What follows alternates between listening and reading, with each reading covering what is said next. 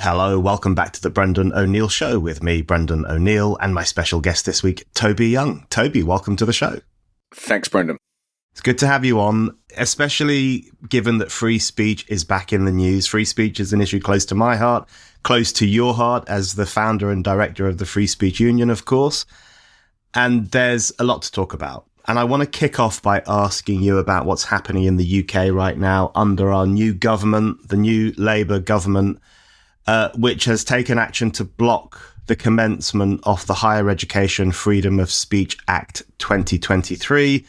A very ominous start to this new regime. To kick off, I wonder if you could tell us what that act is about, how it came about, what is in it, and why we should be worried that it might not go through. Well, the act came about because in the 2019 Conservative Manifesto, it said that if universities failed to address the free speech crisis on campus, the government would take steps to do so. And universities did fail to address the free speech crisis. And the crisis is real, as I'm sure I don't need to persuade you. And so the government brought forward this piece of legislation. The Free Speech Union were involved in originally drafting a kind of white paper suggesting what the government needed to do, along with about a dozen academics. That eventually became a bill.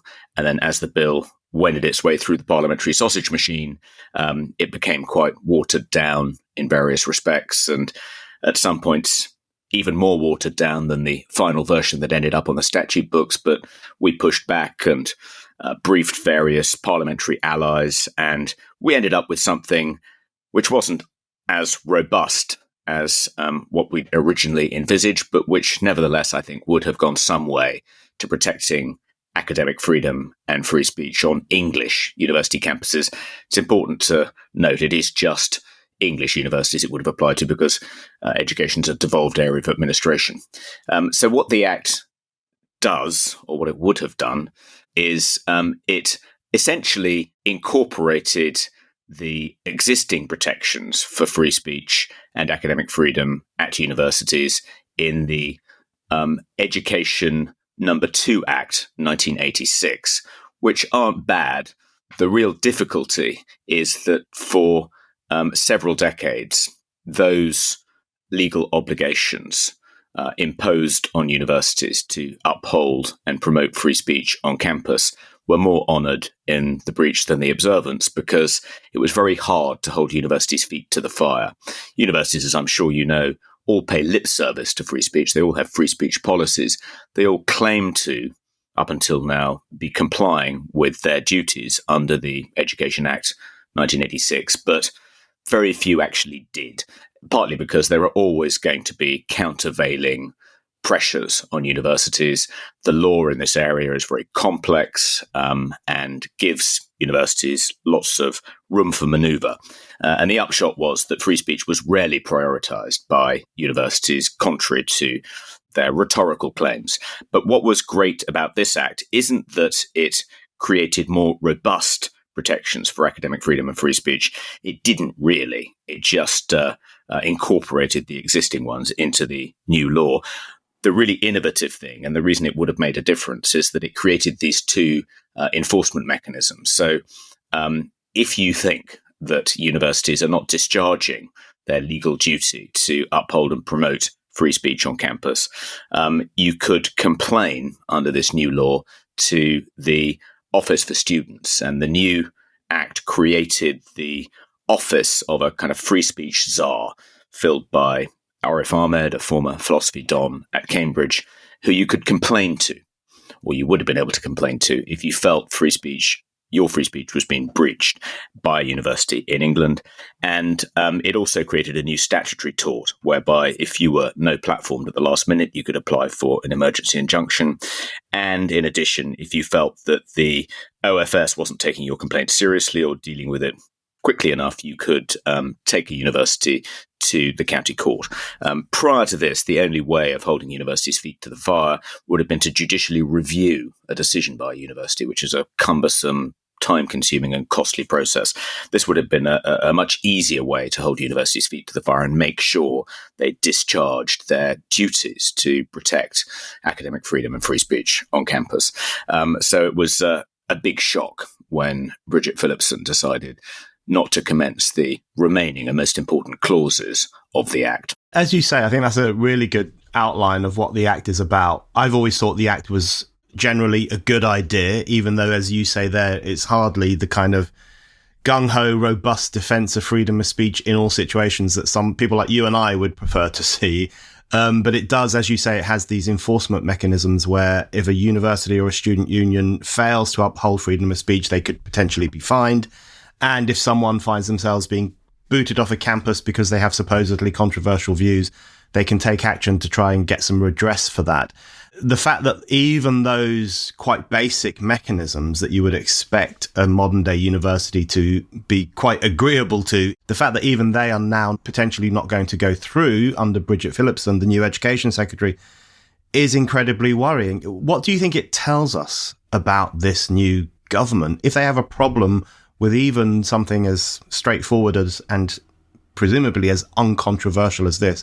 What do you think it tells us about their attitude to freedom of speech more broadly? Bridget Phillipson's reasons for torpedoing the Act were, as I'm sure it won't surprise you, completely spurious. Let's deal with those reasons before getting to what we think the real reasons are and what the implications of that are for free speech more widely. So she said, first of all, that it would be burdensome and costly for universities to comply with the new regime introduced by the Act. That is nonsense. The DfE, the Department for Education, carried out an impact assessment in 2021, which estimated that the cost to English universities of complying with this new regime would be 4.7 million per year. And to put that in context, Brendan, in 2020-21, English universities, just English universities, spent £550 million on access and participation plans. So 4.7 million is a drop in the ocean. So the idea that it would have been burdensomely costly to comply with the new regime is for the birds. The second reason she gave, which I think some people took seriously, is that the new Act would have made it more difficult for universities to refuse to invite Holocaust deniers onto campus. And she presented this decision as a decision in part to protect our vulnerable and beleaguered Jewish community, Jewish students on campus. That's also bogus. The new Act didn't introduce any more robust protections than the protections which were already there. And those protections did not protect Holocaust denial. The free speech protections in the new Act are subordinate to the protections in the European Convention of Human Rights under Article 10, the right to freedom of expression. And the European Court of Human Rights has made it abundantly clear that Article 10 does not protect Holocaust denial. So that's why it's legal for Holocaust denial to be criminalized in some countries. Challenges to the criminalization of Holocaust denial have not been successfully made by appealing to Article 10 in the European Court. So it wouldn't, in fact, have made it any more likely that Holocaust deniers were invited onto campus. Now, you and I would like Holocaust deniers to be able to set out their stall on campuses, because then their ludicrous conspiracy theories can be rebutted. They can be publicly humiliated. And I think that's the best way to deal with Holocaust deniers. But that wasn't something that was going to be achieved by this Act. It wouldn't have changed anything when it came to the likelihood of Holocaust deniers being invited onto campus. It still would have been very easy to block any invitations along those lines. So that's also completely bogus. And it's worth noting, I think, that actually this Act would have protected Jewish students and Jewish student societies. It would have made it harder for campus radicals to obstruct their efforts to arrange meetings, to have stalls at freshers' fairs, to invite pro-Israeli speakers. There was one clause in the Act in particular, Brendan, which was precisely there, because, and I know it was there for this reason, because the Free Speech Union lobbied the government to include it for this reason. Mark Regev, then the Israeli ambassador, was disinvited from City University in 2018, I think it was, on the grounds that the security costs of policing the event he was invited to would have been too high for the university to afford. Often a reason given for no platforming controversial speakers. It was given recently by Cardiff University as a reason for stopping a new freedom association formed by a group of academics from holding their first meeting. We managed to overcome that. But believe me, that's a frequent excuse used by universities, but it was used specifically and has been used several times to block pro-Israeli speakers on campus, not least the Israeli ambassador in 2018. And so there was a clause in the new act saying only in exceptional circumstances can universities cite security costs as a reason not to invite contentious speakers onto campus. So various clauses in this act, and particularly that clause, would have protected Jewish students and Jewish societies. So the notion that Bridget Phillipson was torpedoing this act in order to protect Jewish students that's also completely for the birds. So why did she do it? Well, I think in part it's because she was lobbied by the higher education sector, who were never very happy about this particular act. They regarded it as intrusive, also insulting, because it suggested that they weren't able to put their own house in order, and it required legislation to make them defend academic freedom and free speech. And the strong implication of the bill is that they weren't doing a good enough job. They weren't discharging their existing obligations and so forth. So it was insulting. It was unwelcome. They always hated it. They lobbied hard against it via their representatives in the House of Lords when it was going through Parliament.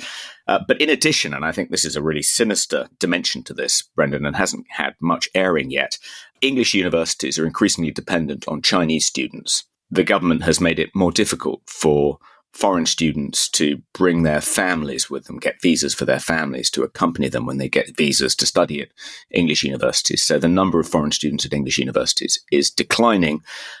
So they're becoming increasingly dependent on Chinese students. So UCL, for instance, I think has just under 14,000 Chinese students currently on roll. Universities are under financial pressure because tuition fees haven't gone up since the coalition government. They're still £9,250 a year. They've been lobbying the government to put them up. The government doesn't want to put them up, and I don't think this government will put them up.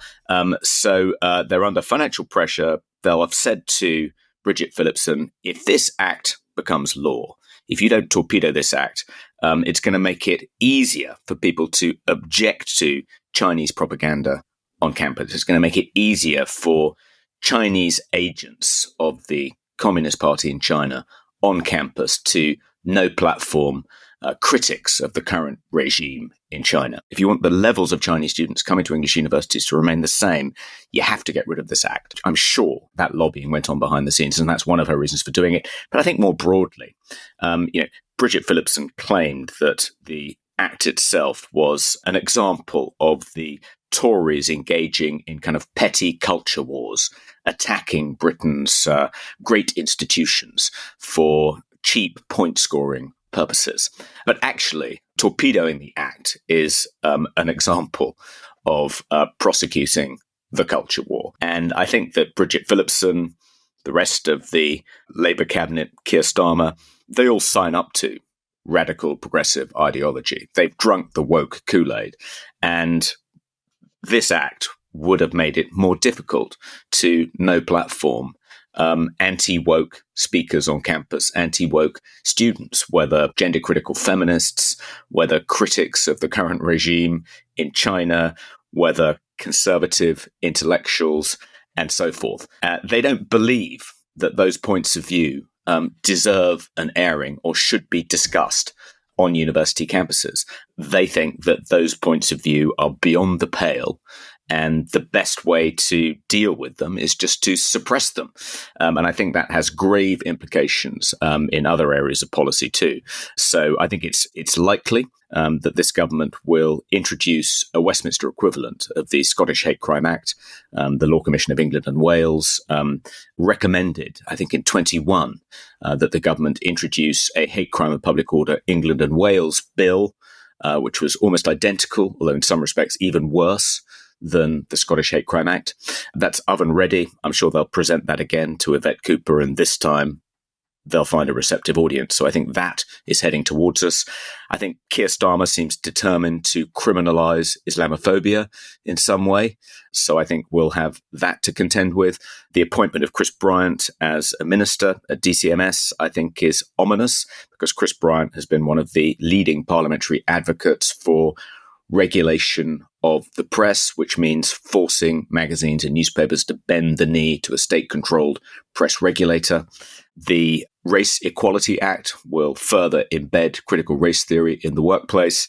The gains the Free Speech Union made in reining in the police in England and Wales over their recording of non-crime hate incidents, I think those gains will be reversed. Across a number of areas, I think free speech is going to be under assault. And this is just the opening salvo in what will be effectively a war on free speech over the next 5 years. If you're a regular listener to this show or a regular reader of Spiked, why not become a Spiked supporter? Spiked Supporters is our thriving community of people who donate to Spiked. Anyone who gives £5 or more a month or £50 or more a year can become a Spiked supporter and get access to lots of exciting perks. Spiked supporters can comment on articles, get free and discounted tickets to events, get a discount on all items in our shop, and bookmark articles as you browse. This is our way of saying thank you to all of you who fund our work. Spiked is completely free, and yet you still hand over your hard-earned cash to make sure that anyone, anywhere can read us and listen to us. We're incredibly grateful for your generosity. If you don't give to Spiked yet, now is the perfect time to start. Just go to spiked-online.com/supporters to set up your donation and your Spiked supporters account. That's spiked-online.com/supporters. I'm very worried that you're exactly right when you say that. And I want to come back to the question of the culture war in a moment. All this denialism that they're involved in a culture war when very clearly they are. But I want to talk a little bit more about the situation at universities first, because you will know that one of the key arguments made by the higher education sector itself and also by political actors and members of the media classes, they will say there is no free speech crisis on campus. It's an exaggeration. It's all made up by people like Toby Young and others who fantasize that people are being censored left, right and centre. Now, we know that's not true. I myself was no platformed. We've seen numerous other people be no platformed. You mentioned gender critical feminists. They have been the latest targets of this form of censorship. Give us a sense of what the culture has been like on campuses over the past few years in terms of how stifling it has become. But also, I'd love to hear your views on why you think so many people just flat out deny that there is a clear problem in the 21st century university. So the survey evidence that there's a problem is extensive. Ironically, the strongest evidence was provided by the UCU, the largest academic trade union, which has been implacably opposed to this act from the very beginning. And the head of the UCU welcomed Bridget Phillipson's decision to pause the act.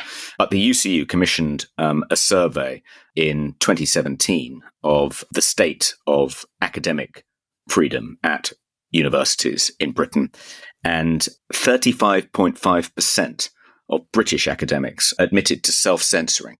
And that's much higher than the EU average. I mean, we like to think that our universities are world-leading and great respecters of free speech and academic freedom, but actually we were second from bottom, according to that particular metric, across Europe.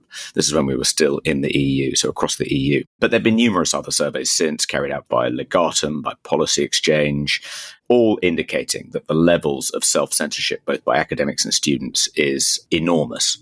I think there was one finding in a Policy Exchange report which found that something like 4 out of 10 academics at British universities wouldn't sit opposite a gender-critical feminist in the university canteen for fear of the impact it would have on their reputation. I mean, really extraordinary.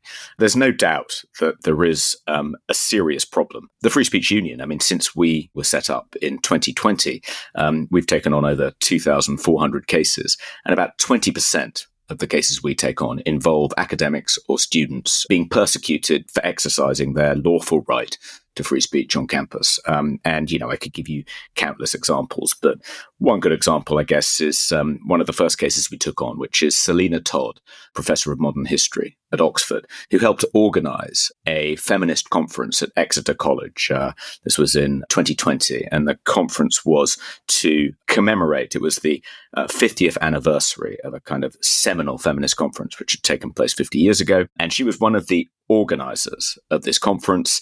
And at the last minute, she was no-platformed by the hosts, because there were various trans activists on a particular panel who said they wouldn't participate if Selina Todd was involved in any way in the conference. So effectively, she was disinvited at the last minute from a conference she herself had helped to organise. And we complained to Exeter College and to the university, and they were quite apologetic and changed their protocols to make that less likely to happen in future. But that's just one example among thousands of people who've been no-platformed because they happen to have unfashionable views, not unlawful views, but views which currently fall foul of radical progressive orthodoxy. Anyone who's visited a campus over the past 10, 20 years will know that things are bad. Anyone who's spoken to a student or even some academics who have supposedly unwoke views or unfashionable views will know that the situation has become pretty dire. I was very interested to hear you earlier talk about the idea that Bridget Phillipson, in scrapping some of the key parts of this act, the idea that she is helping to protect Jewish students. The notion that the problem facing Jewish students in campuses in Britain today is too much free speech is a complete fantasy. The problem they face, in large part, is this kind of hysterical censorship, the attempt to shut down Jewish events, the hysteria that greets any Jewish society's invitation of a representative of the Israeli state. Windows have been smashed, fire alarms have been set off. We've seen the most hysterical protests to try and prevent those events from happening. So clearly, the situation facing Jewish students today is one of a censorious persecution, not the idea that, there's too much freedom and it might harm them. But that is a common argument, isn't it, of the modern day censor. They will often say that they are protecting minority groups. So they just want to protect Jewish students from the evils of Holocaust denial, or they want to protect black students from racism, or trans students from transphobia. There has been this trend, hasn't there, to use minority groups as a shield to pursue censorship, which, as we know, always tends to benefit the powerful, not the powerless. The way in which modern day censorship is justified, especially in relation to the campus, is as an effort to protect the underdog, but it doesn't work like that, does it? I've sort of been puzzling for a while over how seriously to take the arguments by the would-be censors that we need to no-platform certain speakers on campus, because allowing them to set foot on campus, just set foot, not even speak, makes various marginalized, vulnerable students feel traumatized and will have a negative impact on their performance in exams, their ability to engage with their teaching. It caricatures historically marginalized groups as being extraordinarily fragile, who require the protection of white saviors like Bridget Phillipson. I think it's a rhetorical smokescreen. It's just being used as an excuse to actually just shut down any people who pose any kind of challenge to woke orthodoxy on campus. They don't actually seriously care about the trauma or the psychological harm that inviting certain speakers on campus is going to cause to historically marginalized groups.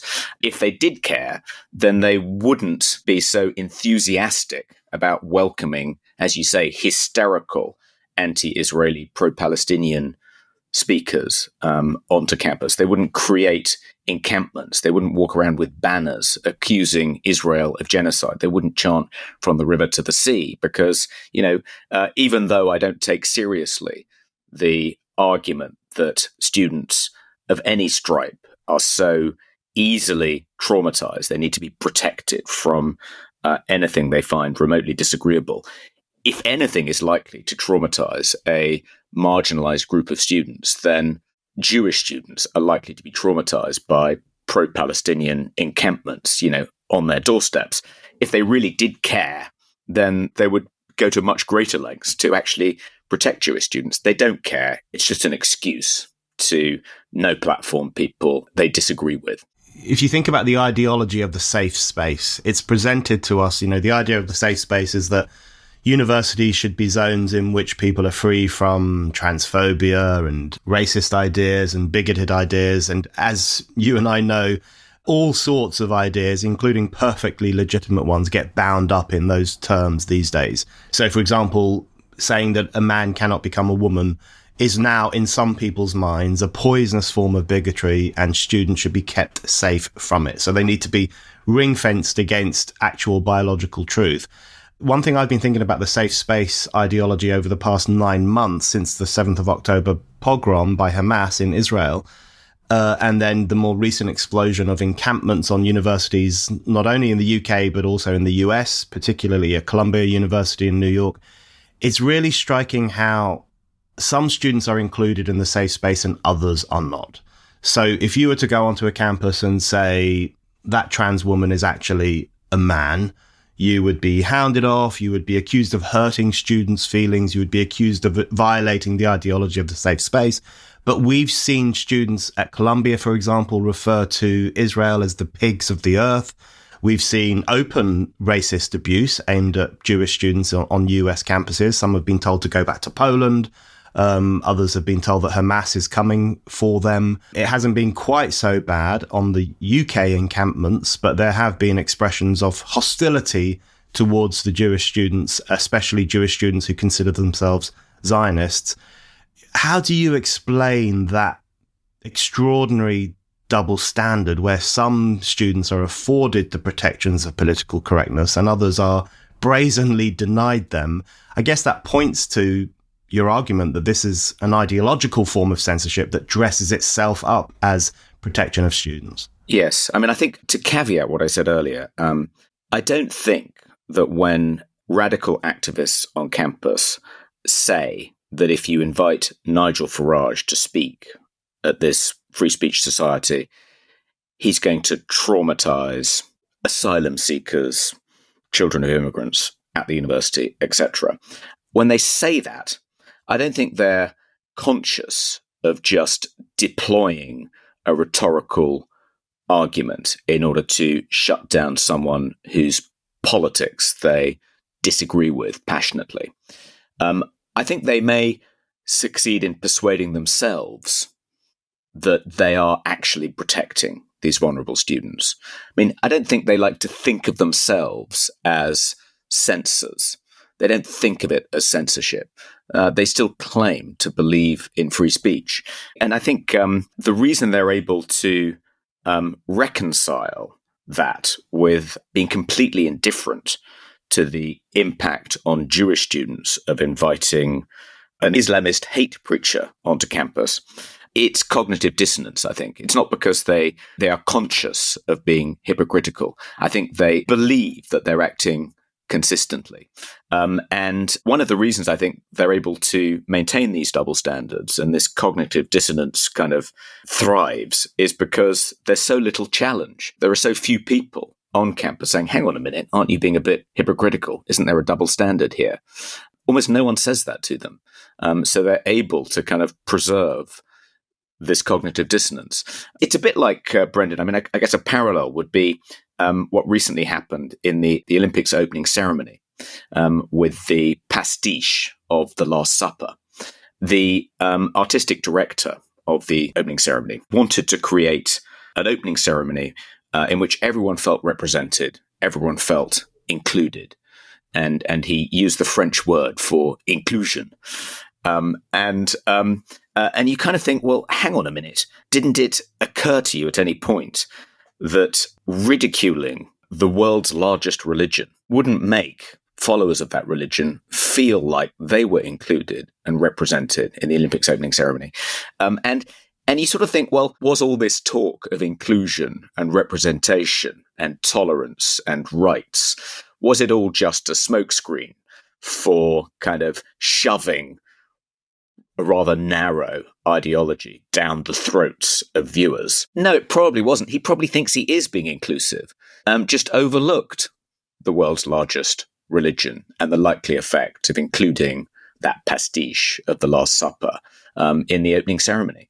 Again, the same kind of cognitive dissonance is at work. That's how ideology works. It infects people, and they imagine that in doing these brutal things, like destroying an Act of Parliament, which took 3 years to cobble together and involved an enormous amount of work, involving hundreds of people, and enjoyed cross-party support, and essentially had reluctantly dragged the higher education sector, along with it. Bridget Phillipson doesn't think of that as a kind of wanton act of vandalism or unparliamentary behaviour or prosecuting the culture war herself. I think she's persuaded herself that this is a gentle and kind thing to do. And that's how ideology works. People are able to do the most brutal things by persuading themselves that they're being nice. Yeah, absolutely. And it also really speaks to the double-speak nature of some of these terms. So particularly a term like inclusion, which you mentioned there, inclusion now basically means exclusion. Whenever I see the word inclusion, I think to myself, someone's being excluded. Because if you look at the way it's used on campuses, for example, people will often say this is an inclusive environment and therefore Nigel Farage can't speak, or therefore that supposedly Islamophobic critic of Islam can't speak. I mean, they use the term inclusion to justify exclusion. And of course, if you look at the way they talk about freedom from harm, they use the word freedom to justify what is often just censorship of speech that they consider harmful. And even the ideology of the safe space is actually quite unsafe if you're someone who holds apparently unacceptable views. And we've seen gender critical women being bullied on campus. We've seen the critic of Islam, Mariam Namazi, being hounded and barracked and abused by big blokes because she has a particular view of Islam. The safe space is not particularly safe for her, quite the opposite. And in relation to that double-speak nature of some of this discussion, I did want to ask you a bit more about the idea of the culture war, because we keep hearing Labour ministers saying the culture war is over, even as they are actually up in the ante in the culture war, as far as I can see. So Bridget Phillipson has said it in relation to universities. Lisa Nandy, the new culture secretary, has said it in relation to culture. And yet at the same time, these ministers are pursuing policies or promoting ideas which I think makes them culture warriors, whether they're destroying the last vestiges of freedom of speech on campus, or Lisa Nandy saying it's fine for men to take part in women's sports if they identify as women. How is it that they see everyone else as a culture warrior, whereas their own ideological, zealous crusading is seen as perfectly normal and good? Yeah. Again, I think it's tempting to conclude that they're just trolling us. They're just kind of engaging in these naked acts of kind of culture war-like aggression and claiming that they are just following the evidence, to use Keir Starmer's words, unburdened by doctrine. But I think there's something probably slightly more complicated going on. I mean, one of the kind of puzzles of the kind of global elite is that technocratic managerialism has kind of become fused with radical progressive ideology. That's why Macron, whilst witnessing this kind of unbelievably woke opening ceremony, was able to tweet as watching, while he watched it, "This is France." You couldn't hope for a more perfect embodiment of technocratic managerialism than Macron. And yet he embraces radical progressive ideology. It's a kind of weird hybrid. I think what's going on when people like Keir Starmer say unburdened by doctrine is that they think that their radical progressive agenda kind of fits seamlessly with their technocratic managerialist approach because they don't see it as contentious. They think that all those arguments have been settled.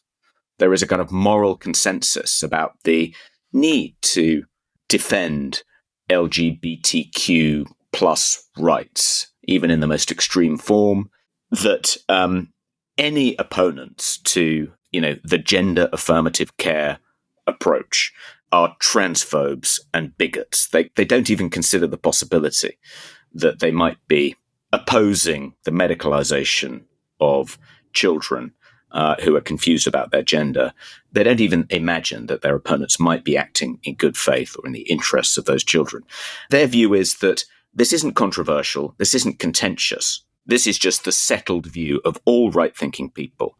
Anyone who disagrees with me is just a kind of hate-filled bigot who doesn't deserve to be taken seriously. So, in a sense, when they talk about advancing what we think of as their agenda in a culture war, they don't think of it as prosecuting the culture war. They just think of it as kind of doing something completely uncontentious that no right-thinking person could possibly disagree with. And they think of, the net zero policy.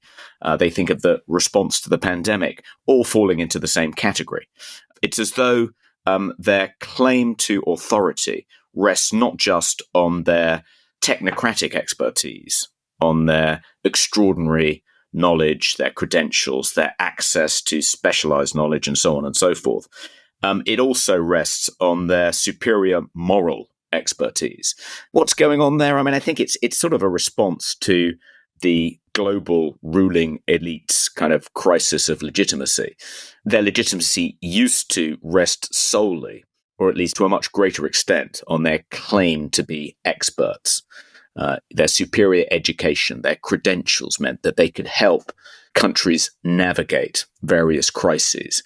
But, they did a very poor job of navigating the global credit crunch. They did a very poor job of stewarding the war on terror. Their response to the pandemic was kind of catastrophically awful.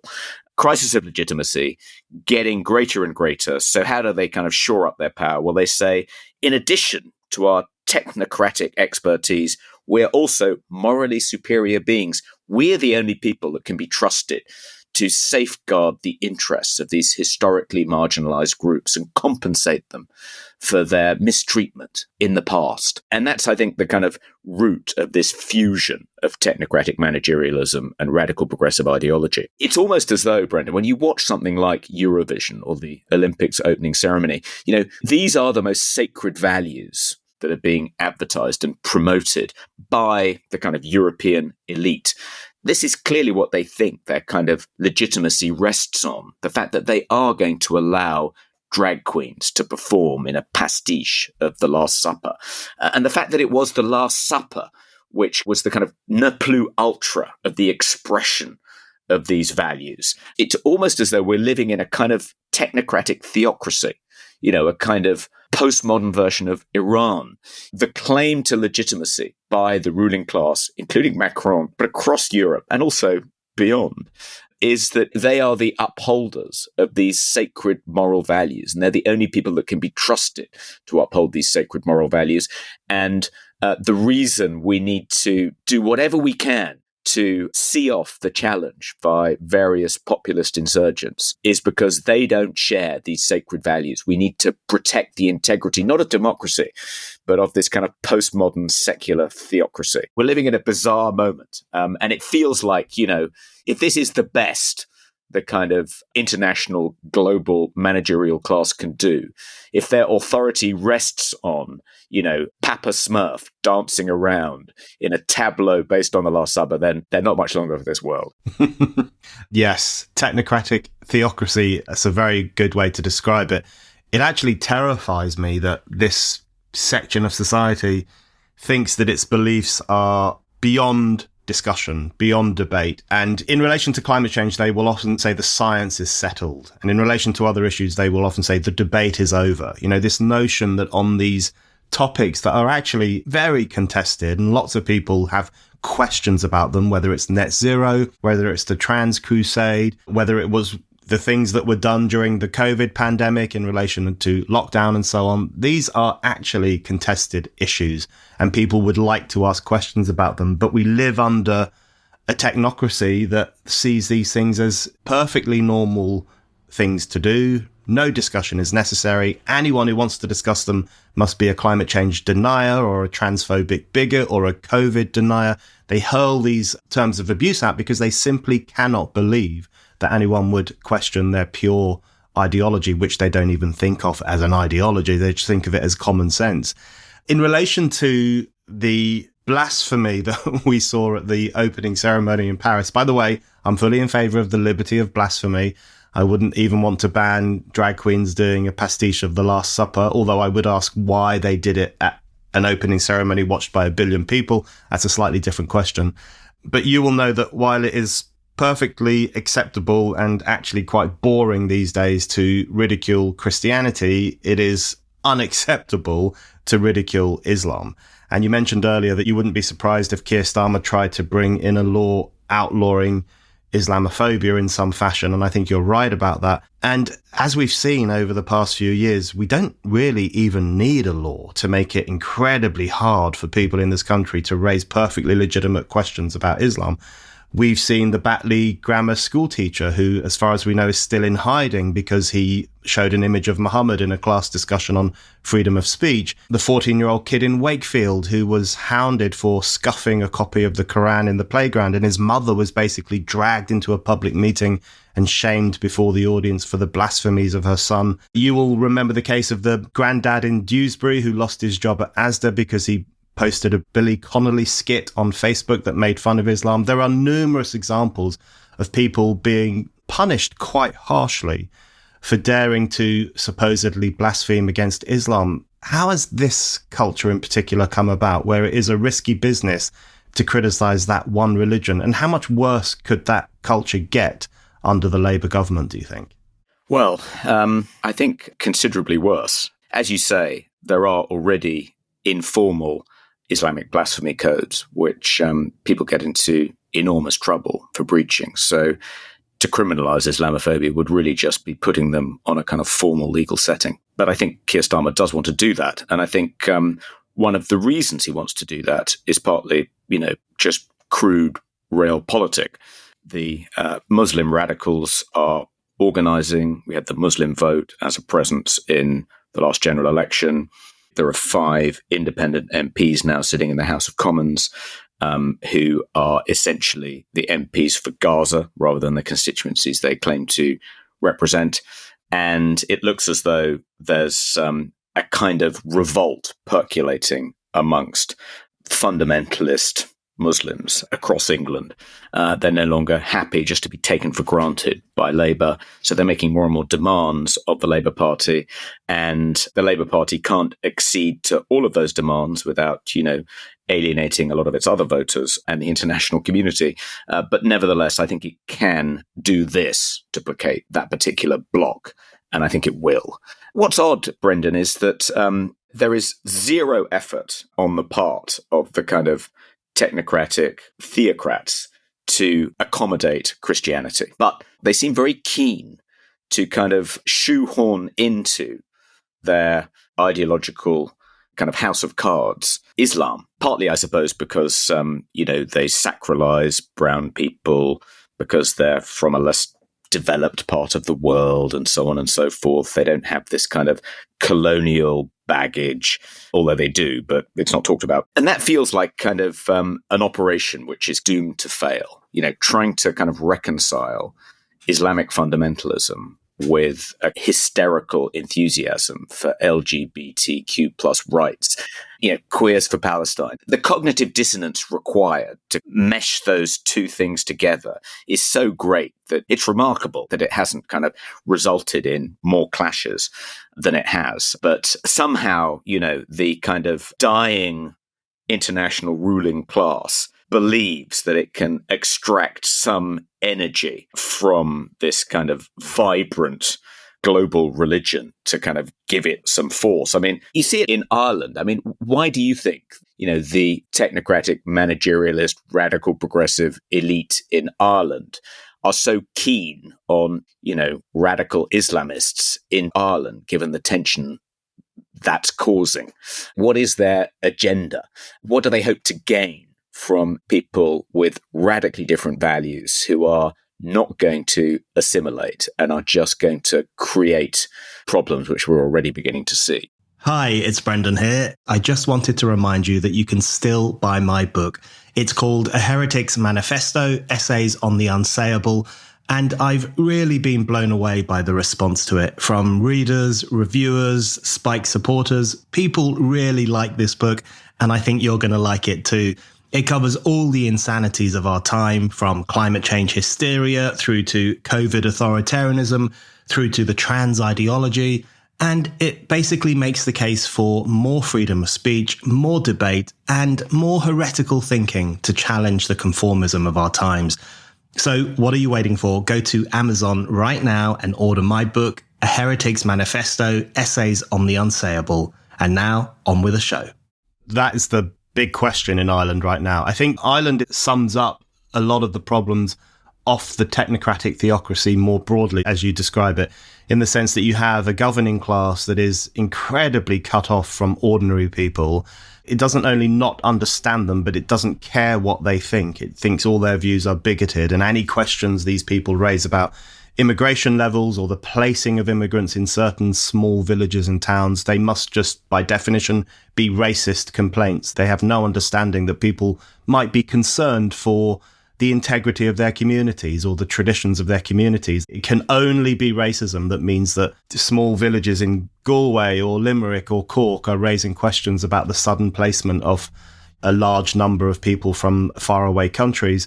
And also, I think what you have in Ireland is an establishment that is much more interested in cozying up to globalist institutions than it is in speaking to its own people, far less representing what they want. It's a very new form of a governing class that feels much more warmth towards the European Union, of course, Davos, the United Nations, these institutions which expect you to have open borders, which expect you to invite people in and to override the old sovereign idea that a country should decide for itself who comes, why they come, where they should go, and so on. So I think Ireland sums up the rot of the new establishment in many ways, and its separation from its own citizens and its movement towards the ideology of a fairly distant globalist class, which has utter contempt for sovereign ideals, utter contempt for democracy, and utter contempt for ordinary people. So Ireland, I think, is probably where other European countries are going to go unless we put a stop to some of this stuff. You'd think that the technocratic theocracy would be wiser than to risk alienating electorates, but they don't seem to be. It seems to be kind of very much part of their agenda, their moral agenda. I often sort of wonder about, well, you know, if they're genuinely concerned about the challenge posed by populist insurgent parties, why are they behaving like this? When you look at the sensitive industrial complex, I think one powerful argument against censorship, against trying to suppress, challenges to the technocratic theocracy, is that it's ineffective. It's going to have the opposite of its intended effect, like the efforts to suppress Nazism in the German Weimar Republic. And this was one of the arguments for the counter-speech doctrine, one of the reasons you're much better off trying to counter harmful or misleading or false speech in the public square with more and better speech rather than silencing those you find disagreeable, is that silencing them doesn't work. It doesn't kill off their ideas. It just gives them a kind of power that they otherwise wouldn't have. But that argument seems to be completely lost on the European Union in particular, past the Digital Services Act, now trying to force Twitter and other social media companies to suppress criticism of, the theocracy. And you think, well, this is bound to backfire. This is just going to fuel the populist revolt. People don't like being told that they're racist or xenophobic or small-minded or bigoted. That's not the way to win the argument in the public square, just to kind of shut these people out and demonize them. You want to engage with them and say why you think, they're going to benefit in the long term from mass immigration. But they don't. They just refuse to engage and try and suppress any criticism and demonize their critics.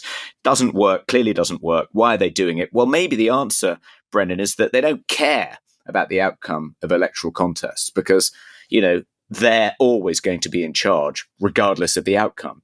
Sort of like the aftermath of the EU referendum seemed like a tremendous populist victory, which was going to change everything at the time. And I was one of many people, popping the champagne corks, but actually it seems to have changed absolutely nothing, a hollow victory. And, you can imagine these kind of populist insurgents win these electoral contests, enter the kind of chancelleries of Europe, rubbing their hands with glee, thinking now we're in charge. They pull the levers and nothing happens because the blob is in charge, and that doesn't change regardless. I mean, their cynicism about, using suppression as a tactic, to me, suggests that they don't really care if it doesn't help them win elections. That's not what it's about. I think that's right. The cultural elite, the woke elite, the shadow government, whatever we want to refer to it as, the Whitehall blob, I mean, they're always there. And they wield a growing amount of power that sometimes runs counter to what we vote into power. So, yeah, there is that real problem of a kind of permanent layer of anti-democracy, which I think it really deserves our attention in the coming years. Toby, I wanted to ask you about the state of cancel culture at the moment. You've experienced cancel culture famously. We've talked about that before. Cancel culture is still around. People still face cancellation. We've seen many instances in recent years. I did want to ask you about the cancel culture that seems to be coming from the right of politics at the moment, particularly in the wake of the shooting of Donald Trump. There were numerous cases where people said stupid stuff online, or pretty outrageous stuff in some cases, where they said, oh, I wish the shooter hadn't missed. And Tenacious D, Jack Black's band, one of the members of that infamously said that his birthday wish was that next time the shooter doesn't miss. These people have faced cancellation, or they've self-censored themselves. Some people have lost their jobs as a consequence of things they said to two people on Facebook or whatever. I've had so many arguments with people over this issue, because my point is that cancel culture is always bad, regardless of who is enforcing it. You shouldn't destroy people's lives on the basis of something they said, even if what they said was dumb and even if it was immoral. Let's not destroy people's lives for their speech. And yet I've heard from other people, certain people on the right, saying, well, it's time they got a taste of their own medicine. We've got to use their tools against them. That's the only way they'll learn. I don't buy that at all, but I'm very keen to hear what you think of that argument. I don't buy that either. I think it's important to be more principled, less hypocritical than our opponents. We can't descend to their level and claim to be acting on principle when we oppose cancel culture. It's a harder road, but we ought, if possible, to try and maintain the moral high ground. And that ultimately, I think, is how we're going to win the argument, not by engaging in the same tactics as the other side. Toby, thank you very much. Thanks, Brendan.